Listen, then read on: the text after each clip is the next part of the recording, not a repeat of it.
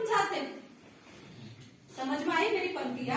फिर बताती हूँ कि जब भी शादी के लिए लड़की देखने जाते हो, सारे के सारे रिश्तेदार आप हड़ हड़ के ताड़ते हो।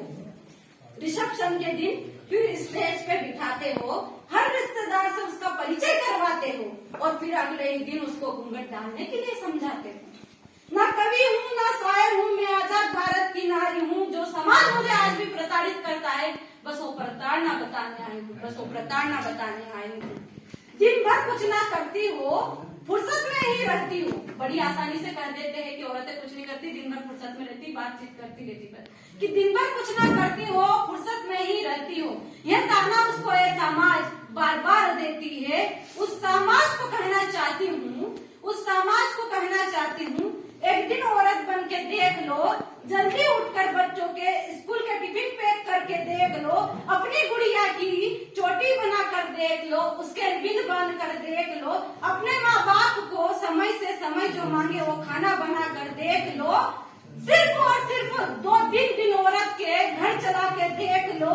यकीन रखे समाज 2 दिन जब घर चला के देखेगा, तेरी ये राय पलट जाएगी। फिर तू भी कहने लग जाएगा कि दिन भर बहुत कुछ करती हो, फुर्सत में ना रहती हो। दिन भर बहुत कुछ करती हो, फुर्सत में ना रहती हो। इतना सब कुछ करने के बाद भी हे औरत तुम कैसे मुस्कुरा लेती हो? तो मैं बस कहना चाहती हूँ कि जो ये हमारा समाज है, ये एक गाड़ी की तरह है और लड़का हो या लड़की हो, सभी उस समाज के 2 पहिए के भांति है। तो एक पहिया अगर अधूरा रहेगा तो दूसरे पहिया अकेला गाड़ी आगे नहीं बढ़ा सकता।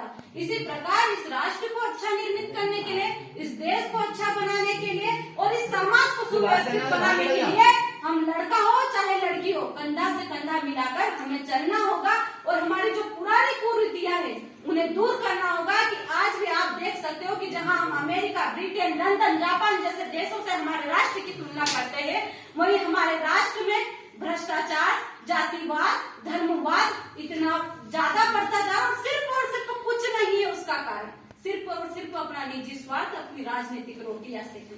और मैं आप लोगों से भी कहना चाहूंगी, युवा नेतृत्व सामुदायिक विकास प्रशिक्षण, जिसमें साफ लिखा है कि युवाओं का नेतृत्व, और कहा जाता है कि युवा का अगर उल्टा करे तो वायु होता है और वायु कभी रुकती नहीं है। अगर हम युवा ठान ले, लेकिन हम युवा सिर्फ भागते हैं नौकरी के पीछे, किसके?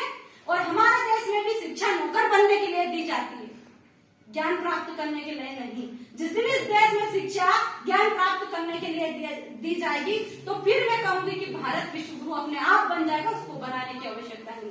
लेकिन आज शिक्षा का व्यापारीकरण हो रहा है और हम जैसे पढ़े लिखे युवा हम कहते हैं कि राजनीति गंदी है, राजनीति गंदी है।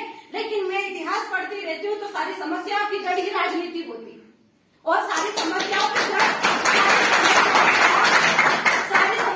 निदान करना भी राजनीति में। और हम जैसे पढ़े लिखे युवा राजनीति से दूरियां बनाते हैं और फिर अनपढ़ लोग शासन करते हैं और हम चौराहे पे खड़े होकर बस तालियां बजाते कि देश में ये नहीं हो रहा, वो नहीं हो रहा। जब हम जैसे पढ़े लिखे युवा उसमें भागीदारी नहीं देंगे तो कहाँ से देश आगे जाए। बस इन्हीं शब्दों के साथ मैं चाहती हूँ कि मैंने ज्यादा बोल दिया, लेकिन भारतीय नारी हूँ, सब पे भारी हूँ और मैं चाहती हूँ कि आप लोग भी अपने घर की महिलाओं को, जो आपकी दीदी आए, आप लोग उम्मीद करते हो कि ससुराल में उनको अच्छा रखेगा। जब तक आप आपके घर से उनको स्वतंत्रता नहीं दोगे तो उनके ससुराल वाले से कोई उम्मीद नहीं कर सकते। तो मेरे भाइयों बहनों, आप सभी से यही उम्मीद है कि सरकार जब हम पे पैसा खर्च करती है तो उसका भरपूर फायदा उठाओ। क्योंकि मैंने इंदौर में भी पढ़ाई की है, मैं मध्य प्रदेश लोक सेवा आयोग की सब तैयारी कर रही हूँ और अभी LLB फर्स्ट सेम की स्टूडेंट भी हूँ। तो वहाँ पे ऐसे पर्सनालिटी डेवलपमेंट के जो और साथ ही साथ साइकोलॉजी की स्टूडेंट भी रही हूँ।